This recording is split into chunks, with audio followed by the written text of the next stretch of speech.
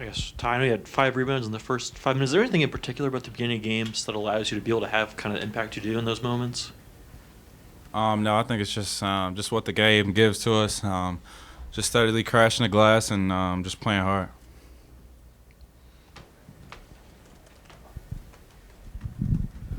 Coleman, just what happened in that 11-0 run Nebraska did to kind of force that game into overtime? What'd you see there?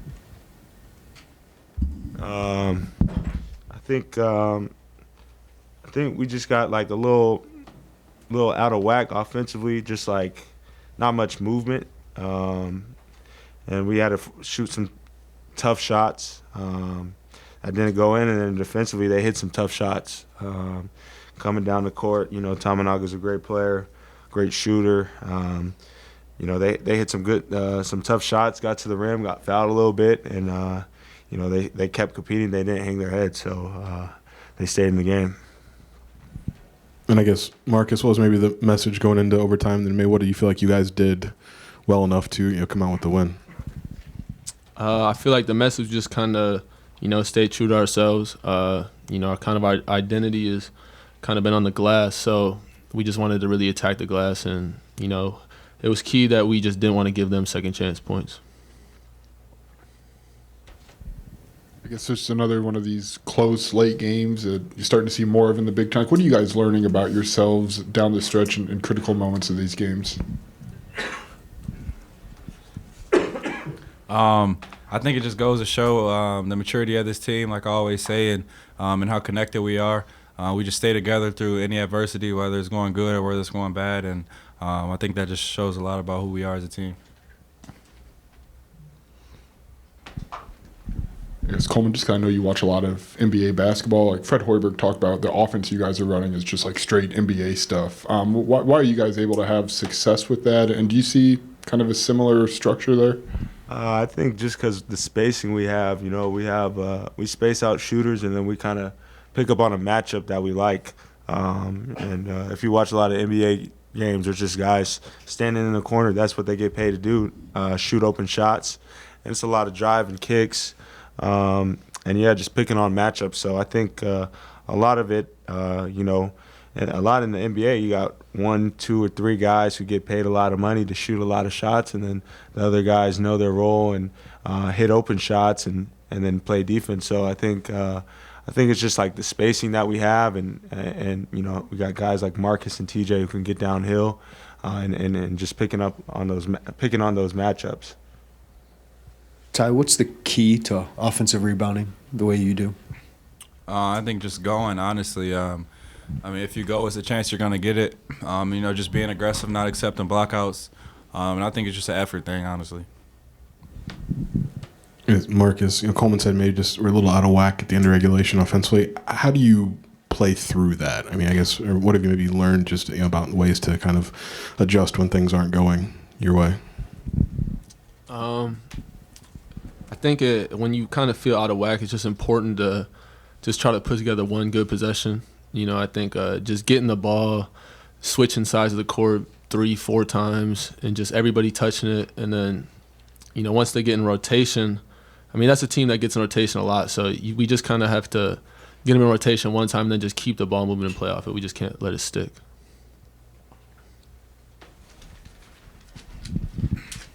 Marcus, in Nebraska, you kind of mentioned rotation. Like they were really aggressive on maybe guys that were attacking the basket. You found Ty and Dane, I think, a lot. Maybe rolling from the short corner. Just was that something you started looking for more just as that game progressed? Yeah, we knew coming into it that's kind of how they would guard. They were really loaded up. Like if we had the ball on the wing, the help side was on the ball side block. So they're just super loaded up. So it's kind of if you beat your man, the next guy's right there. So we know that we're probably not getting to the rim, and there's guys that are going to be open. So you just got to make the right play. Coleman, what was behind? You guys came out really strong in the second half. What was behind that initial surge there? I think just finally getting a feel of what they were doing. I think sometimes we just overcomplicate things when it could be like more simple, and it could be as little as like Marcus said, like getting it to a third side or something like that. But No, I think once we started to like understand where we were able to get the ball in and attack certain points, we were able to pick it apart. And then once they went in that zone as well, we were able to, crash the glass, hit open shots, and that's kind of what started up. So. Ty, back-to-back games where Dane makes a big impact off the bench and leaves a mark on the game. What have you seen from him the last couple of games and just the last couple of weeks? I think the biggest thing that I've seen is just him staying locked in, even when he's not playing, just being that positive guy on the bench and, just working hard in practice. Everybody knows his time is going to come, and his last 2 games when his number's been called, he showed up. He's gave us a great boost. So I think big ups to him just for just keeping his head up and just continuing to work and knowing his time's coming. Coleman, it's still early February, but just with this win, you guys tied for second in the Big Ten, protected home court. Just big picture, like how important was getting this one in overtime? This is very important because we're one game out. We got people who are in first place. They got to come play us at home. So we're in control of our destiny, and it's like we talk about, it's one game at a time. We can only control what we can control. So to go out and win tonight is very big because it's just one step closer to what we're trying to accomplish. Marcus, talk about the last possession of regulation there. What was going through your mind, and what were you trying to get accomplished there? Yeah, once they scored, I had the ball. I looked up and I saw about 7-8 on the clock, and I had an empty side. No one was in that corner, and it was kind of transition, so their defense wasn't really set up. So I knew that there was no help side really to my right. So I did a hang stutter to get to my right, and then as the defense kind of collapsed, I knew I could draw a foul if I just kind of showed them the ball a little bit. So I showed the ball a little bit. They reached in and I went up for the shot, and I just gave myself an opportunity at the line. Marcus, I feel like we talk about your turnaround a lot, like the jumper, but what's the art behind doing that successfully? They look like hard shots, and you make them more times than not. Like, what's the art to do that, and like, how do you practice that? It's stuff I work on every day. I kind of have a set routine I do every day with some of that stuff sprinkled in. So it's stuff I do every day. And once I got really comfortable with it, it's kind of like when I shoot it in a game, I feel like it's wide open. And then when I watch the film, it's like, wow, that was kind of contested. So it's like once you get comfortable, I don't really see the contest much anymore. So it's just I kind of got that feel from putting in the work. Coleman, on your matchup with Mass, did you kind of feel defensively that if I make him put it on the floor, I win? And if I run him off the 3-point line, I win that matchup? Yeah, I think just pressuring the ball, not letting him be comfortable. A lot of the fives in this league just stand in the paint and let you do what you do because they can't really defend out there. So I thought, just crawl up in him, pressure him. Not make him comfortable. He's 6'9", kind of slow-footed. Just pressure him a little bit. Later in the game, we went to our late switch plan, which I thought was very good for us. I think we could have went to it a little bit earlier because, those pick and pop threes, it's hard for anyone to get back to that long closeout after stopping the ball. And then trying to get back to the shooter. But no, it's definitely just trying to run them off the line, make them deck it, and then not make them comfortable facilitating. Pretty much a typical day in the Big Ten, right? Pretty much. Best league in the country, great coaches, great players. I can't tell you how uneasy, and I'll probably pronounce his name wrong, Tomaninga, whatever it is. Casey, we'll go with that. Makes you feel as a coach. Doesn't make me sleep very easy. He's extremely intelligent. He's very gifted. I don't know how many games that they've ever lost when he's had nights like tonight. I don't know if there was an easy shot in there. But I was petrified because he's really struggled the last 4 games. I thought we did a good job on Rink for the most part. We were going to let Rink make a few.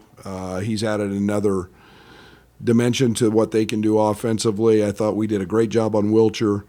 And for the most part, I thought we did a pretty good job on Bryce. Yeah, it was a game where we were 0 for 11 from our bench guys from 3 that are all really good shooters. And I thought we got great shots and didn't make them. Obviously, Coleman hitting 4 was a big piece, and then TJ made 3. But I loved our looks. I thought we were. You got to withstand one of those runs. I thought we took a really good punch from them. I thought they played extremely well, and we didn't shoot the ball very well and found a way to win. And obviously made a couple big plays down the stretch to win it, and obviously made a couple bad plays on a side out-of-bounds play that we didn't execute. But you take a win in this league and move on to the next. Brad, you're up 10. I think it was Terrence hit a 3. You called timeout with about 3.5 minutes to go. Was that to set your defense? Yes. Yes. It was more to we just made a little subtle change. We have a crazy name for it. That it's a downhill switch that we want to get to. We knew what was coming. We knew it was Casey and Rink in it. And we were going to be okay with 2s. We just couldn't give them 3s. And they have 2 or 3 different options off that. And they just hit a 3. So I didn't want to see that again. So I called the timeout there. And obviously probably not a great decision considering it changed, maybe changed a little momentum there. But I still would make the same call over and over again. Brett, what concerned you about the end of regulation to allow that lead to dissipate? And what'd you feel? How did the team respond out of free throws? I thought it was great. I mean, you want to score there, but we had the ball in Marcus's hands most of the time. I thought we got good looks. Justin had a good look. I thought Justin had a pull up. It's the same thing we'd been doing almost every possession and got really good looks. But obviously the side out was not something we want. We didn't execute it. We didn't screen. And we got to clean that up. Brad, you mentioned the 3-point shooting, and you have to trust my math here, but you're shooting plus 40% on the road from 3, 30%-ish from 3 at home, with maybe 50 more shots from 3 at home. Any idea why there's such a split between home and road and with shooting? No idea. Better question for them. It's line still 19-9. I don't know. Keisei Tomonaga's 31 points, most that you guys have allowed to a single player since last season, March, to Hunter Dickinson. You talked a little bit about it, but what is he able to do that other guys really can't? We don't have enough time for all those answers. You see his release. You see where he shoots it from. He's one of the headiest and smartest players in college basketball. He had an elite defender guarding him most of the night in Terrence Shannon and still got him off.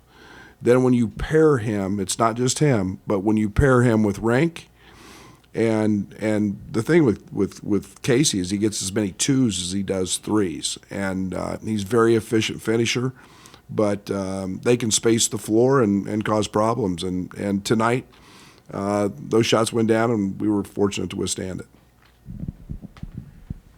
Brad, with Mass not being a typical 5-man that Coleman usually has to guard in this league, did you feel like he did a good job of making him at least put it on the floor? And if he did that, did you feel like that was a win for you guys? Absolutely. Our whole goal was force him to drive.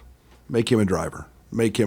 He's coming off again, this team's playing great. I mean, they just beat Wisconsin, and he just had 34 against Ohio State and made 6 threes. That's a problem when you're in a ball screen with a guy like Casey. Or in a handoff situation, and Wilcher's been the one that's been torching everybody. So this is a really good basketball team. This is an NCAA tournament team that can go and win a lot of games. And forcing him to dribble was great. I thought Coleman did a great job in the low post. He made 1 or 2, but he took 21 shots. That's 8 for 21. I'll take that most days. Has Ty just maybe settled into a place where he's just comfortable with who he is and what he's doing on the basketball court? Absolutely. And everybody's going to play 5 men on him, so it's to our advantage. There's not anybody that he hasn't. He was sick in the Purdue game, so I'll give Zach his credit. He didn't play great in that game, but 14 rebounds. He was the difference. He can play as a screener. He's really good in the pocket. He made a couple great decisions in the pocket. He's athletic, so he did a great job of cutting. He's making free throws. So he's a really, really good college basketball player.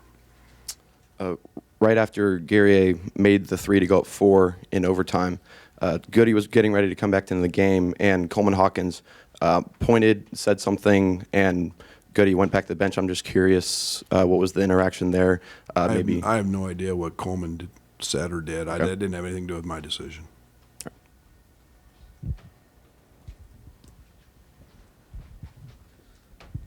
Brett, you said typical Big Ten. What's the key to getting some of these wins like this, Indiana, and what does that say about your team that even if it's not the prettiest? Yeah, I pretty. I mean, look at me. I'm ugly. I mean, I don't care if they're pretty or ugly or what they are. You just want to win. It doesn't matter how you do it. Tonight's a night we didn't shoot the ball very well and won. And those are hard. That's what we've tried to build this entire program on, is the ability to win and find a way to win when you don't make shots. Northwestern, we made shots. Boy, it was pretty and it was great. At Northwestern, we made shots and got beat. And you've got to have some toughness. You've got to have some grit.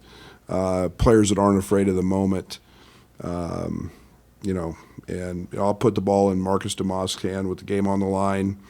All the time. I'll put the ball in Coleman's hands with the game on the line every time. Those guys are veterans, and so I thought we made some tough plays and got some tough rebounds. Yeah, along those lines, Brad, what are you learning about your guys with another one of these close games, that like how they're settling into their roles, I guess, down the stretch of those games?